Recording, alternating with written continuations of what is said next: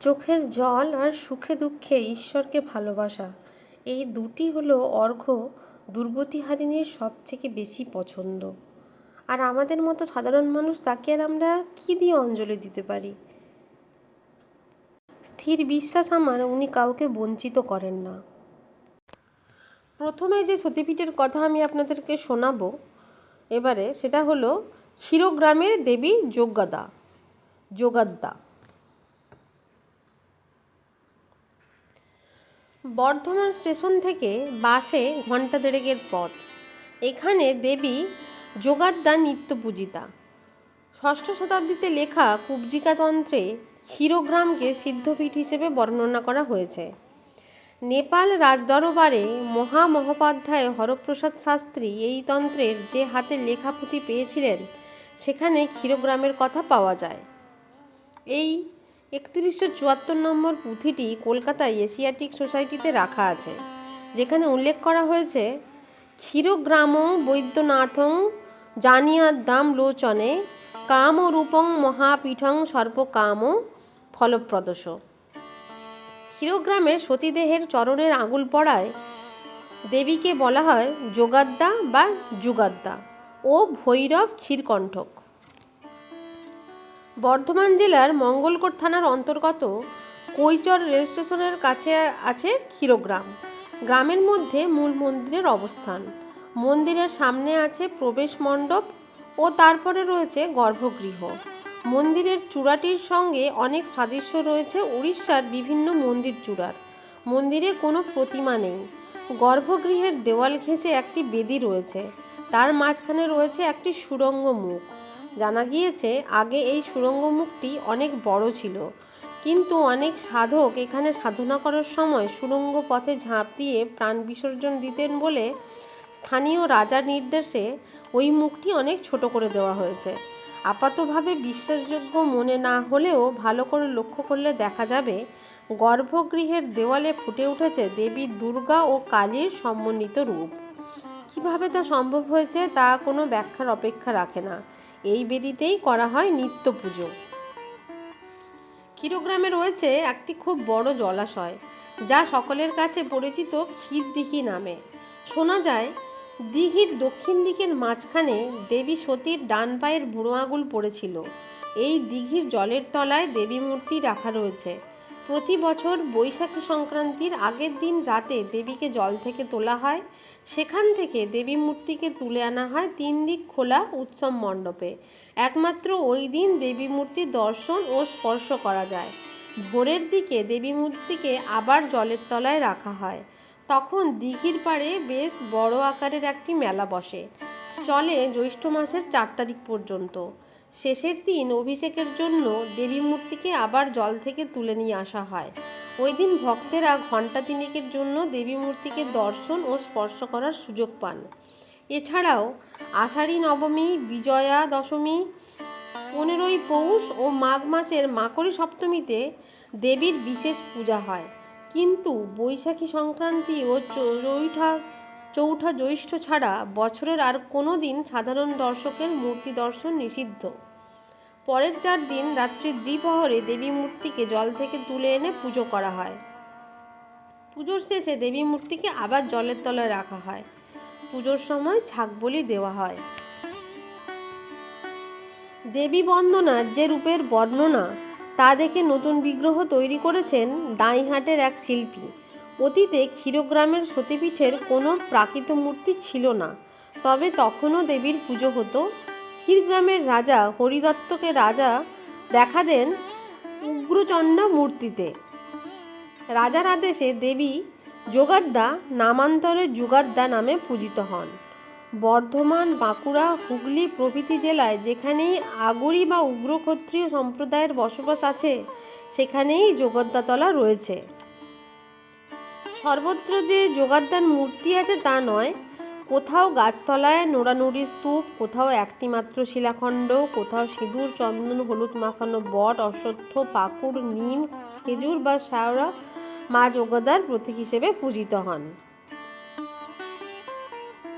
বৈশাখী সংক্রান্তির দিন যেসব গ্রামে মা যোগাদ্দার পুজো হয় সেগুলি হলো বর্ধমান জেলার মঙ্গলকোট থানার ইট্টা, গোবর্ধনপুর, কুমারপুর, চারুলিয়া, নাসিগ্রাম, বর্ধমান ধারার কুড়মুন, কালীগ্রাম বিভিন্ন জায়গা রয়েছে। বিশেষ করে ওই সব দিকেই এই জগদ্দার পুজোটা হয়ে আসছে। জোগাড়দা মন্দিরের পুরোহিত বংশের সদস্য সনত কুমার চক্রবর্তী জানিয়েছেন, বৈশাখ মাসে ক্ষীরগ্রামের কোনো মানুষ দেবতার প্রতি শ্রদ্ধা জানিয়ে জমিতে হাল লাঙল দেন না। বৈশাখ মাস যদি 30 তারিখে শেষ হয় তাহলে 29-এ, আর যদি 31-এ শেষ হয় তাহলে 30 তারিখে বিকেলে মামা ভাগ্নে সম্পর্কযুক্ত যারা কোনোদিনও লাঙল টানেনি এমন দুটি ষাঁড় দিয়ে লাঙল বের করা হয়। তার আগে ওই এক মাস মা জোগাড়দার বেদি ক্ষীর কলস নামে একটি কলসিতে জল ভর্তি করে জল রাখা হয়। হাল লাঙল করার আগে জোগাড়দা মার বাড়ি থেকে জল সিঞ্চন করতে করতে বিভিন্ন জমির উপর দিয়ে যাওয়া হয়। তার জন্য একটা সময় একটা ম্যাপ করা হয়েছিল, কিন্তু যে কোনো কারণেই হোক সেই ম্যাপটা এখন আর পাওয়া যায় না। বলা বাহুল্য, জোগাড়দার মায়ের প্রায় সব অনুষ্ঠানের সঙ্গে কৃষির সম্পর্ক রয়েছে। যেহেতু ক্ষীরগ্রামের কোনো মানুষ বৈশাখ মাসে লাঙল চালান না, তাই উপরিক্ত দিনে লাঙল চালিয়ে চাষের সূচনা করা হয়। শ্রী চক্রবর্তীর অভিমত হলো, কৃষির ওপরেই তো মন দেশের গ্রামীণ অর্থনীতি নির্ভর করে থাকে। কুবজিকা তন্ত্রের উল্লেখ পাওয়া যায়। অনেক পণ্ডিতদের ধারণা এটি লেখা হয়েছে 6ষ্ঠ শতাব্দীতে। মা জোগাড়দার নাম একসময় সুদূর অবধি পৌঁছে গেছিল। তা না হলে কুবজিকা তন্ত্রে জোগাড়দা মায়ের নাম উল্লেখ করা হবে কেন? ক্ষীরগ্রামের দেবী জোগাড়দা মূলত উগ্র ক্ষত্রিয় সম্প্রদায়ের দেবতা। জোগাড়দা মায়ের মূল বেদি থেকে একটি সুড়ঙ্গ নেমে গিয়েছে। সনৎবাবুর কথা থেকে জানা গেছে, এই সুড়ঙ্গ কতটা গভীর তা জানা যায়নি। মন্দিরের চারিদিকেই ছিল পুকুর। সেই পুকুরের সব জল ওই সুড়ঙ্গে ঢালা হলেও এক মুহূর্তের জন্য তা উপচে ওঠেনি। এই ধরনের পরীক্ষা নিরীক্ষা চালানো হয়েছে 1965 থেকে 66 সালে। তাই এই সুড়ঙ্গ যে অনেক নিচে নেমে গেছে এই বিষয়ে তার সন্দেহ নেই। কিছুদিন আগে এই সুড়ঙ্গে একটা সুতো নামিয়ে দেখার চেষ্টা করা হয়েছিল। সে সময় বোঝা গিয়েছিল ওই সুড়ঙ্গ সরাসরি নিচে নেমে যায়নি, একটু আঁকাবাঁকা আছে। তার জন্য সুতো সরাসরি নামানো যায়নি। তিনি বলেছেন, আমরা হাত দিয়ে দেখেছি, এক হাত যাবার পরে তা উত্তর দিকে বেঁকে গেছে, সমস্ত জল সেখান দিয়ে চলে গিয়েছে। সনৎবাবুর কাছে এও জানা যায় আর একটি বিস্ময়কর তথ্য। তার ভাষায় ওই সুড়ঙ্গপথে চিরকাল বসবাস করে একটি গোখ্র সাপ ও একটি ব্যাঙ। অনেকেই তাদের দেখেছে, যেমন সনৎবাবু নিজে ওই ব্যাঙটাকে দেখেছেন আর বলেছেন, আমার বাবা গোখ্র সাপটাকে দেখেছিলেন। অনেক পূজারী পুজোর সময় ফুল দিতে গিয়ে দেখেছেন ফুলের সাজির মধ্যে সাপটা রয়েছে। একজন পূজারী চোখে কম দেখতে পাননি বলে সেদিনকে সেখানে একটি সাপ রয়েছে। তিনি ফুলে হাত দিতে যেতেই সে ফোঁস করে ওঠে। মন্দির প্রাঙ্গণে একটি প্রাইমারি স্কুল ছিল। পূজারী চিৎকার শুনে ছাত্ররা ছুটে এসে দেখে বেদির ওপরে গোখ্র সাপ ফনা তুলে রয়েছে। কিছুক্ষণ পর আবার সে আস্তে আস্তে ফিরে গেছে সুড়ঙ্গের ভেতরে। সাপ ও ব্যাঙ দুজনকেই দেখা গেছে রক্তবর্ণ সিঁদুর মাখা অবস্থায়। রক্তবর্ণ সিঁদুর মাখা অবস্থায় দেখা সম্ভব, কেন কি ওখানে সিঁদুর দেওয়া হচ্ছে, তো ওরা ঢুকতে বেরোতে ওদের মাথায় সিঁদুর লেগেছে, সেটা সম্ভব, আমি বই পড়ে যা বুঝছি। আবার এটাও বলেছেন যে একদিন সন্ধ্যা আরতি সবেমাত্র শেষ হয়েছে, প্রচুর ঝড় বৃষ্টি হয় বাইরে। সেই সময় সনৎবাবু নিজে বলছেন, আমি মন্দিরের মধ্যে ছিলাম। ঝড় বৃষ্টির দাপটে আমরা বাধ্যই হয়েছিলাম এক প্রকার মন্দিরের মধ্যে থাকতে। আমাদের মধ্যে অনেকেই রয়েছেন, কিন্তু মন্দিরের মধ্যে সেভাবে কোনো আলো ছিল না, শুধু একটা প্রদীপ জ্বলছিল। হঠাৎ আমরা দেখি একটি বিরাট আকারের ব্যাঙ সুড়ঙ্গ থেকে উঠে এসে বেদের উপরে বসলো। বলা বাহুল্য, তার শরীরও সিঁদুরে রক্তবর্ণ হয়ে রয়েছে। তারপর থপথপ করে সে গর্ভ মন্দিরের মধ্যে ঘুরল। কয়েক মিনিট পরে চন্দন পিঁড়ির উপর বসে টুকটাক করে কী সব খেতে শুরু করলো। হতেই পারে, খাবার তো ছিলই মন্দিরের মধ্যে, সে খেতেই পারে। তবে একসঙ্গে দুজনকে কখনো দেখিনি। আশ্চর্যের বিষয় এটাই, সাপ ও ব্যাঙ এরা হলো দুজনেই তো খাদ্য খাদকের সম্পর্ক, কিন্তু দুজন কি করে এক জায়গায় থাকে তা ভাবলেও অবাক হয়ে যেতে হয়। ক্ষীরগ্রামের যুগাদ্দা মার মূর্তিটিও তৈরি করেন নবীনচন্দ্র। ওই মূর্তির ছবি তোলার জন্য দৈবাদেশ পাওয়া যায়। এই মূর্তি 12 মাস স্থানীয় একটি বড় পুকুরে রাখা হয়, যা আগেই বলা হয়েছে। কথিত আছে, একদিন দেবী রাজা হরিদত্তকে স্বপ্নে আদেশ দেন যে প্রতিদিন একটি করে নরবলি না পেলে তিনি রাজ্য ধ্বংস করবেন। দেবীর এই আদেশ শুনে ক্ষীরগ্রামের অধিবাসীরা ভয়ে যে যেদিকে পারলেন পালাতে থাকেন।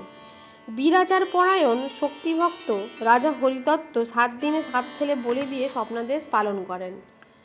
একদিন পুরোহিতের ছেলের নরবলির পালা আসে।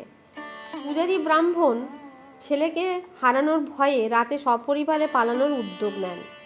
এই সময় ব্রাহ্মণ কন্যার বেশে পুরোহিতকে দেবী অভয় দিয়ে বলেন, ব্রাহ্মণ, তুমি নিজ গৃহে ফিরে যাও। আমি আজ রাত্রিতে রাজাকে প্রত্যাদেশ করব যে কাল থেকে নরবলি হবে না। ব্রাহ্মণ কন্যার সেই আশ্বাসে ব্রাহ্মণ বাড়িতে ফিরে এলেন। পরের দিন সকালে রাজা ভদ্রকালীর প্রত্যাদেশের কথা ঘোষণা করলেন। সেই থেকে আর নরবলি দেওয়া হয় না ক্ষীরগ্রামে।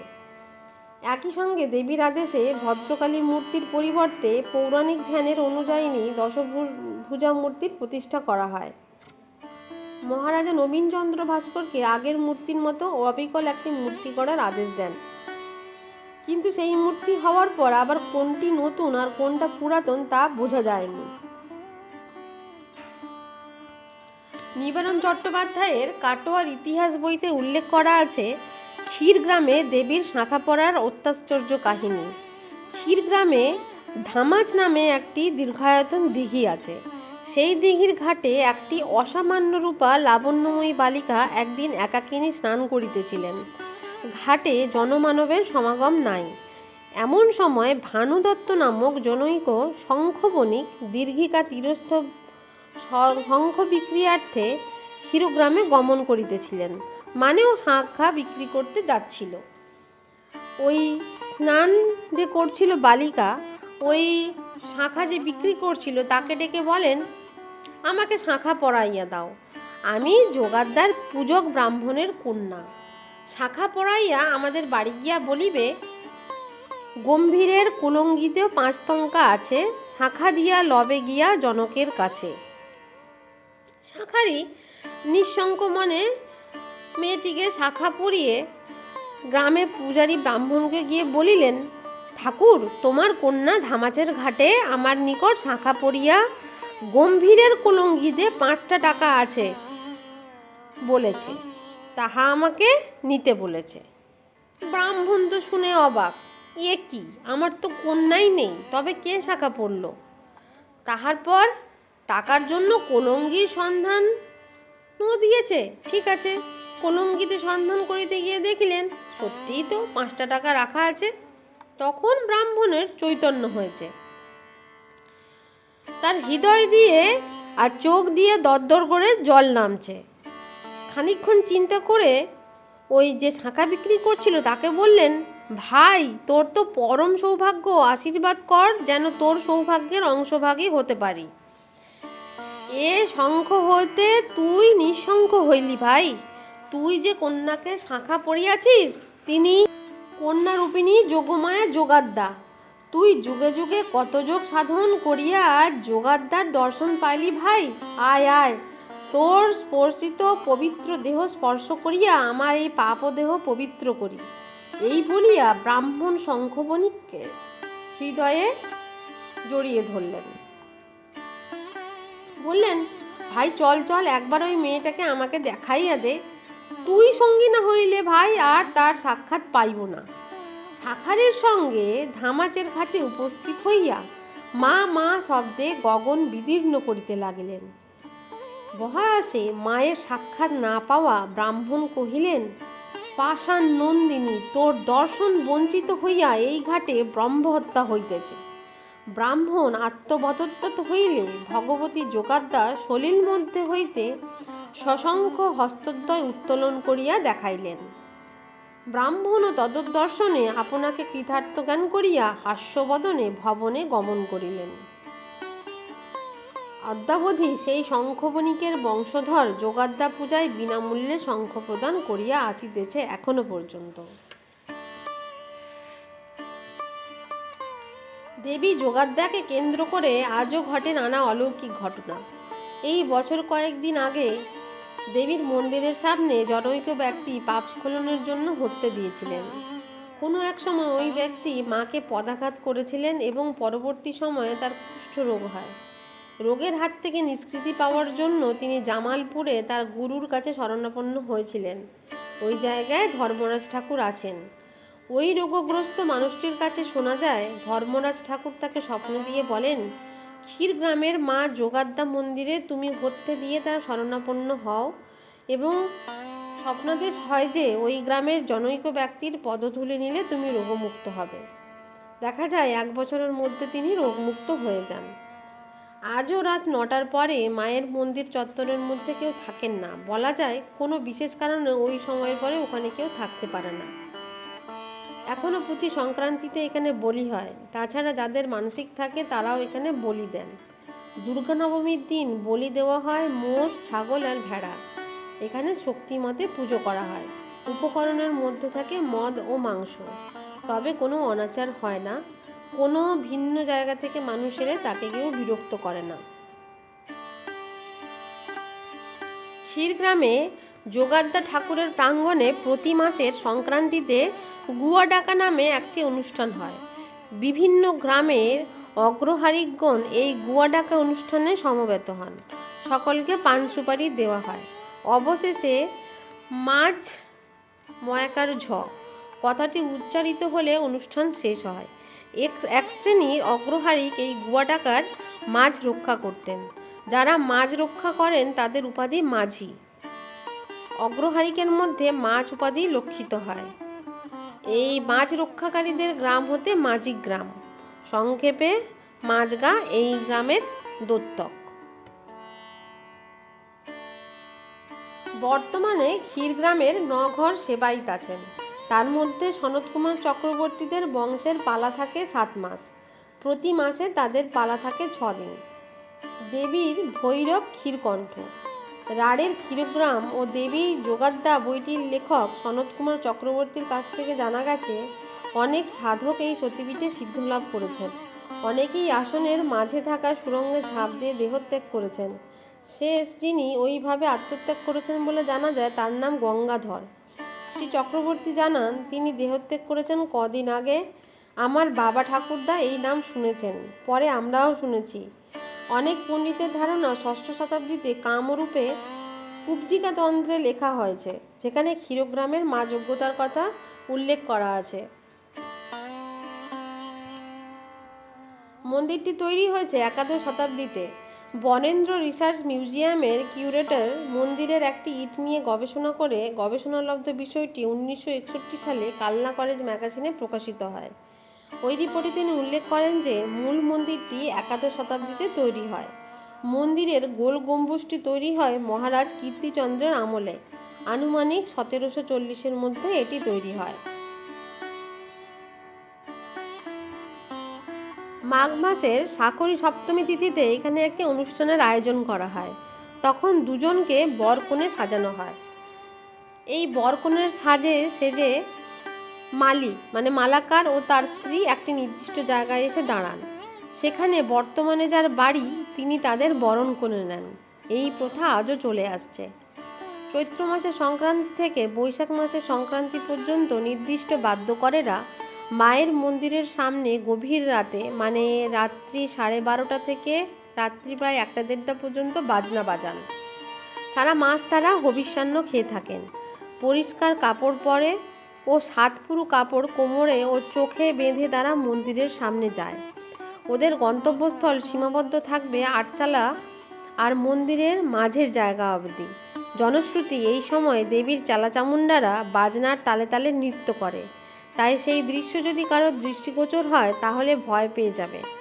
ওই ঢাকিরা সারা বছর গ্রামের বিভিন্ন জায়গায় শিবের গাজনের সময় তারা যে তাল বাজায় ওই সময় সেই 32টি তালই বাজিয়ে থাকেন।